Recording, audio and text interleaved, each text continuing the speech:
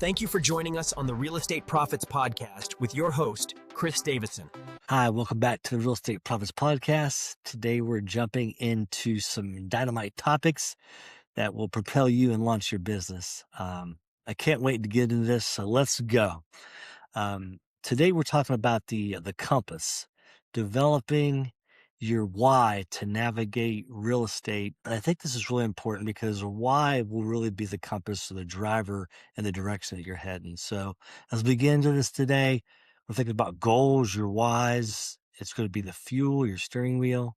So why are you working hard and still not happy? I see a lot of people that work super hard, making a lot of money, and they are not happy. If you're getting into real estate or you're even scaling your real estate, let's get real for a minute. I mean, work is hard. Work is work. I believe work's a 4-letter word. So I have a guy I know, he owns 50 properties. He's making good money. It's just him in real estate. But he does it all. He does the fix up, cleaning, the renting, the managing, all by himself, no helpers, doesn't pay any help, no family. He's not happy. So I wonder why. I think about him because I think because he doesn't have a clear goal, or his why that he does have isn't big enough. So his why is he's doing what a lot of us do. We don't have a clear path, a clear direction. And then therefore we're doing all this work and we're just not happy. And he's one of those guys that just complains, talks about tenants, how bad it is, workers. So to him, it's just a job. And in my mind, without a goal and a clear why, I don't know what I'm doing or what I'm working towards. So I want you to think about that. So for me, my why is what I want and what I'm doing. It's the direction. It's clearly where I'm going. That's why I get excited about getting out of bed in the morning. It's how I say no to things that I don't want and don't fit into my goals. And that really can set me back and that will pull me away from what I'm pursuing. Does that make sense? My why is bigger than me and what I want. It's something that others can get behind and they can support. And if I don't know what I want, how can I ask or how can I help others to help me? So I want to make sure we're real clear here and make sure you guys are tracking me. Yet when I'm dialed in and I'm specific on what I want, it lets others know what I'm doing, what I'm going after. What are you going after? What are you doing? How can others fit in? How can they help you? It's important to remember that your why is your direction or a map. Where you're heading. If you have a compass and you get off a couple degrees, it becomes a problem. And anybody who's used a compass, I know I have, and I'm challenged with that. It's not the destination, but it's where you're heading. The journey is a process. It can evolve or change, yet the direction or the destination stays the same. Does that make sense? So let's define some themes here, get into it. So as I'm introducing the concept, let's just call it a compass, for lack of a better term, in real estate. Money's the fuel. But the why is the steering wheel. Without it, I believe you're just driving fast in circles. And in one of my favorite movies, I really like Michael Keaton. He's one of my favorite actors. And it's a dumb 80s, 90s movie called Multiplicity. Basically, he clones himself. And he's a construction worker, clones himself, then clones himself again. And then the clones clone themselves. It gets out of control. So basically, he's a construction worker. He goes to check on a job. He's a supervisor. There's a bunch of workers all demoing a driveway. So the foreman on the job is sitting there eating an apple in a lawn chair, and Michael Keaton pulls up. He looks confused. He doesn't know what's going on. The foreman says, "We're killing it." He's sitting in his lawn chair eating his apple. "We're getting it done. Isn't it great?" Michael Keaton says, "Yeah, it's great, but you're demoing the wrong driveway. It's supposed to be 2344, not 2346. The foreman says, "Oh man, I can't believe it." Then he yells at his guys in Spanish to them to stop, blames them. And then he tells them it's the wrong driveway. So then the foreman's says this. He's a little crazy. He says he gets into it with Michael Keaton. He says, "I'll do both driveways. We'll take care of it." But I can't eat the cost of this one. I have 7 kids, money's tight. And I think Michael Keaton is just frustrated and just kind of puts his head down.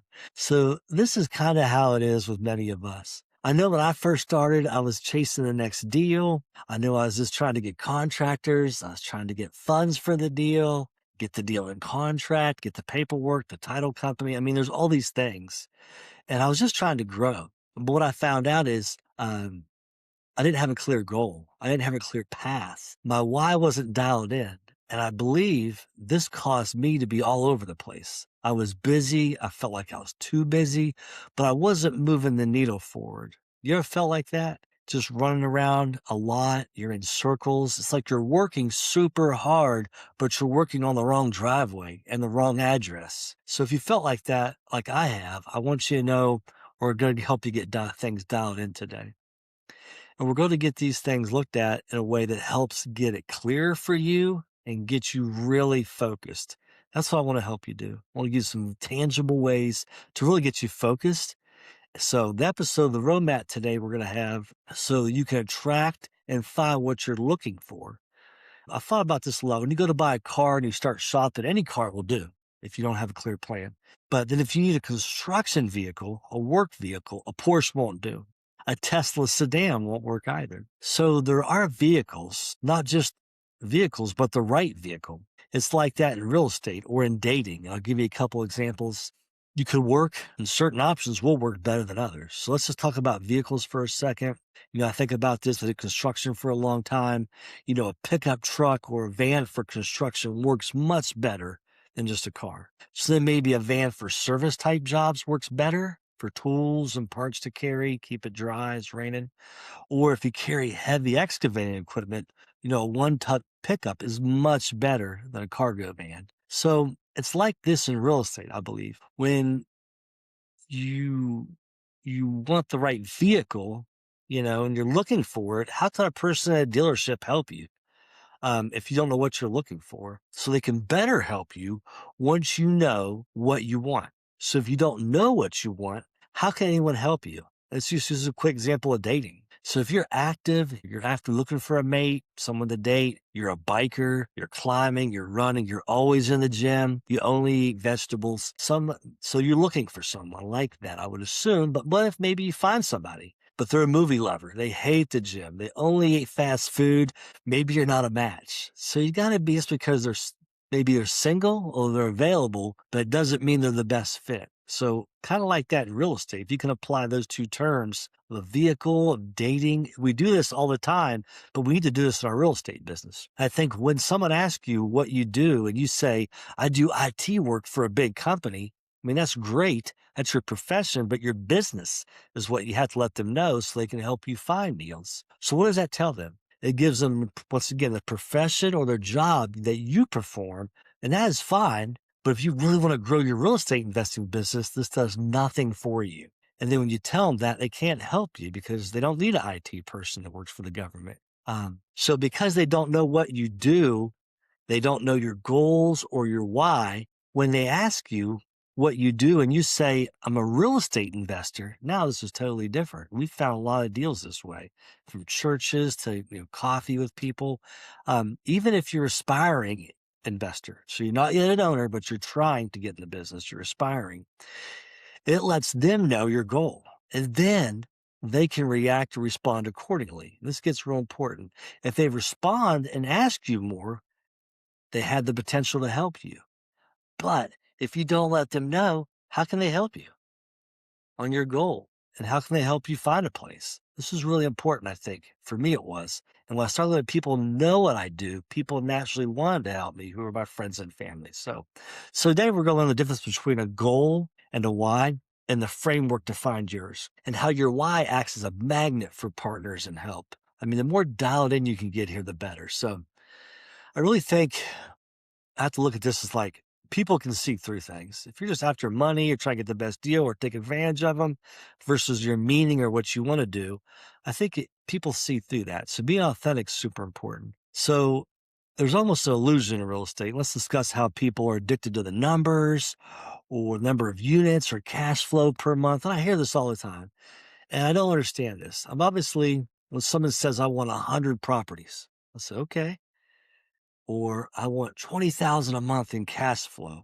But that's not a clear plan or a path. Now, it is a business metric, so I don't want to misconstrue it. It is a metric for business activity, but it's not a clear why. And if that's your goal is to have 100 properties, it's a great goal for a metric, but it's not your why you want to have a properties. To me, money is a tool. It's not an identity. So what are you doing with that 20,000 a month that you make? Are you just putting it back in the business? Are you paying taxes? Mainly doesn't let people know what you're doing or want to do with it, or how you want to pour back into other people with that money. So let's talk about the concept. You make money in real estate, but your why is what you do with it. I think most people get this, but I want to bring it up.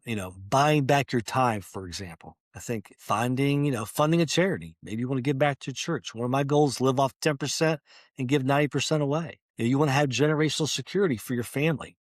So real estate is a vehicle to get you to your destination or your why. Does that make sense? I want to make sure we're on the same page here. Good. So why the why matters in a down market. So if we're up market, down market, why it matters. When a good deal goes sideways or a tenant trashes a unit, the math won't keep you going. It's just not going to motivate you. So only your why provides the resilience to push through the dip. So I remember the days when I had a W-2 job and I would clock out and then I would just leave for the day. I was done. So also mentally, but physically. So I'm not thinking about my work at all till I clocked in the next day. Yet when you run your own business in real estate, you have to think about it. You're not just clocking in and clocking out and you're done for the day. You may be thinking about it. You may be looking, and as you're investing, looking at rents coming in, maybe which units need turned or remodeled, which units are vacant and need, leased up, showings you have, evenings or weekends, that kind of thing. So which units need capital improvement, how to budget for these things. So you're thinking about these things. You don't just turn it off. If a tenant skips out on rent and trashes your unit, there's huge cost. And it will be important to remember your why of what you do and why you do it, to provide for your family, to have a retirement coming in. It's going to be super important. So I want to kind of give the backstory why the important. I think we kind of grasp that. I feel like we grasp it. So kind of as we get into this segment and kind of get towards the end of what we're shooting for, the why is there's a framework here I want to develop. And I think it's cool to really look at this. It becomes very powerful. Others can help you. This is an exercise I love to do. And I really thought about it. I want to share this with you because it really helped me. And it's called the 7 levels deep exercise. So let me quickly explain the technique. It's pretty easy, but you'll get it. It'll be good to kind of give you some homework here. So ask yourself what you want. For example, I want 10,000 a month. Well, when somebody says that, I just right away ask them, well, why? It sounds like a 3-year-old, and you know what I'm talking about. They ask why all the time. So you ask why 7 times. Why do you want that 10,000 a month? So the first one is why? Quit my job. Okay. Why do you want to quit your job? To spend time with my kids. Okay. Why do you want to do that? Because I didn't see my father growing up. Okay. Why is that important to you? I want to take them to school. I want to make pancakes. Okay. Why is that important? It gets redundant a little bit, but to be in their lives and not just be someone and be there sometimes. Okay. Why would you want to do that? To have time with them is more important than working a job. Okay. And the last one, why is that finally important to you? I want to be the dad I never had and can count on. Now that hits me pretty hard, visceral. I worked pretty hard my younger days with my kids, and I realized, hey, it's not working out. I need to figure out. I want a why is to be in my kids' lives. So I think that's really important. So that'll help you, this exercise. And then you have that, really look at that why, and it gets to the core of the issue. And I'll kind of go back over it again. We recap. Ask yourself why 7 times, is 7 levels deep. I'm repeating myself because I think it's really important. Hopefully you would agree that when you can get to the core of an issue, it really gets visceral. That my dad wasn't around. I want to be a dad surrounds. And also maybe the anti-goal. So maybe it's easier to say what you don't want. I find a lot of people tell me what they don't want versus what they do want. So sometimes it's easier to find that. And you never want to experience it again. So let's give you an example. You don't want to be in a spot, if you've ever been there, I've been here, able to pay for medical emergency or being stuck in a cubicle. So your why is often the opposite of your greatest fear. So for me, part of my personal why is to, change people's lives through real estate investing, like my life has been changed. So I didn't grow up rich. I didn't grow up with a lot of money. We always had food on the table. Like our parents did the best they could. We had food in the home, but money was a source of arguing and yelling in my house and contention. And I don't want that for my family. I definitely don't want it for others, and especially for my family. So that's really important to me. And my legacy hits really deep for me on that. So, um, let's think about legacy, because this for me, I think is biblical. You leave an inheritance to your children's children. I think that's really important. That struck a chord with me. So let's do something called the legacy audit I like to talk about.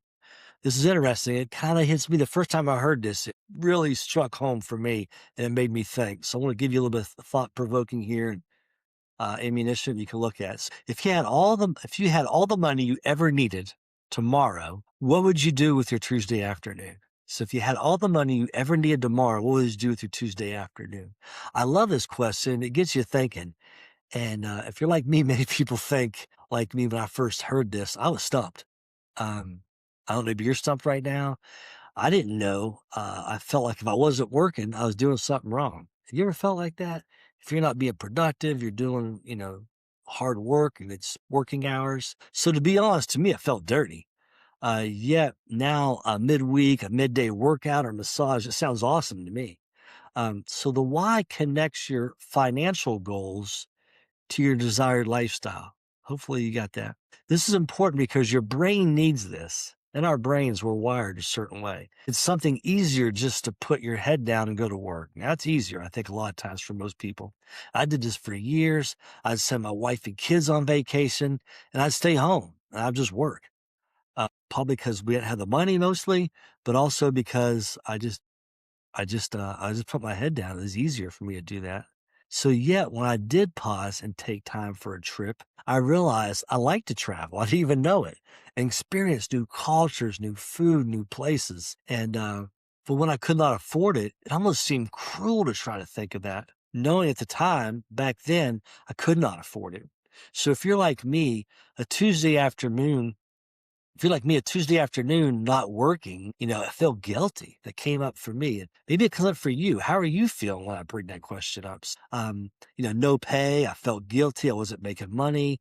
It's family time, maybe a scheduled activity. I want to build that into my schedule now on Tuesday afternoon. But I felt dirty not working on Tuesday. And that's where I want to help you get. So your compass, I want to have this kind of compass conversation, how to turn these feelings into a North Star statement. I think this is really important. So you want to have a 1 to 2 sentence mantra. I say this every day. It's important to say it daily and to give yourself that.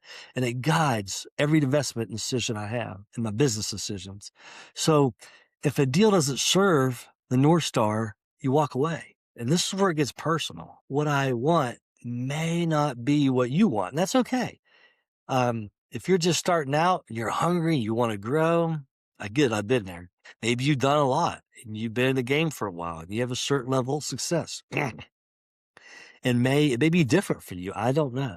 But I want you to think about it. In these days, I get more excited for someone I'm coaching or mentoring when they get their first deal than when I find a deal. So I think this is where it gets personal, what your goals are and what you're trying to do or try to attempt to do. Excuse me. So for me, my why is something I say daily. I do this for a couple of reasons. One is it anchors me. I want to be real serious about this with you. I want to be authentic. It anchors me. I need this. I need to focus. And for me, it helps me focus daily. So I'll just share my why with you. I'll be real transparent here.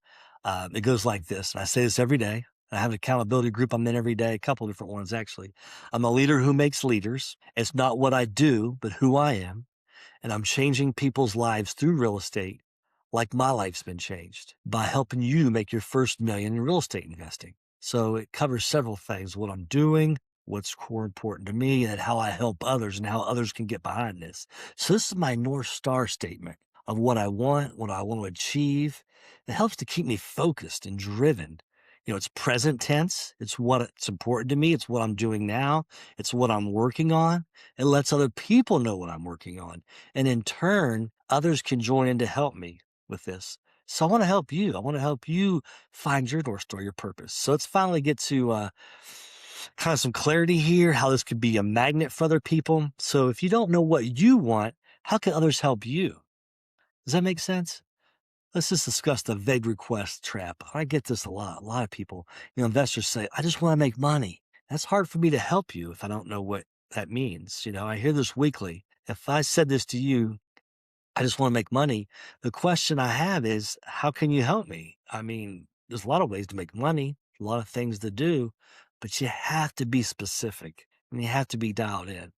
There's a lot of ways to make money out there, I believe. And you really can't help me if my why is too vague or I just want to buy real estate. That doesn't tell you anything. Okay, what kind of real estate? I have to ask people a lot of times. A house to live in, Are you looking for a rehab project to buy, fix up and sell, to buy, fix up and rent? Residential, looking for apartments, 2 to 4 doors, 5 to 30, looking for retail, office, commercial, storage, all these things. So you see how being vague is not helpful. And it almost always shows that you're a novice or new. I did that a lot when I was new. For example, if you had a car accident, you cut open your leg and you were bleeding out, and I told you that I watched all 17 seasons of Grey's Anatomy and I am knowledgeable on trauma techniques, which I could probably sell you on that a little bit. But a doctor shows up on the scene. He has his stocked medical trauma kit, and he has 7 years of emergency room experience. Which person are you going to have take care of your wound? Hopefully you said the doctor. I mean, I'll do my best, but hey, we all have our limitations. So if you're new or just getting going and say that tell people that you're investing, maybe even specifically, I'm looking for turnkey cash flowing properties. So you're getting real specific and you want them to cash flow the day that you acquire the property. So this attracts confidence from others, and it shows that you have a specific plan and a specific asset you're going after. Does that make sense? Hopefully you're tracking with me here. So now when you talk to someone, they know what you're looking for and they can help you. And that's what I want. I want people to help you and give you, leads and sources. And so clarity will attract several things: mentors, people that can help you, private money partners, wholesalers. People want to get behind a vision, not just a transaction. So maybe even dial this in a little more, communicating your why to people. So to get maybe a little more specific and get a little more visceral and kind of how it really can be core. So how you weave in your why in the conversation to people is really important.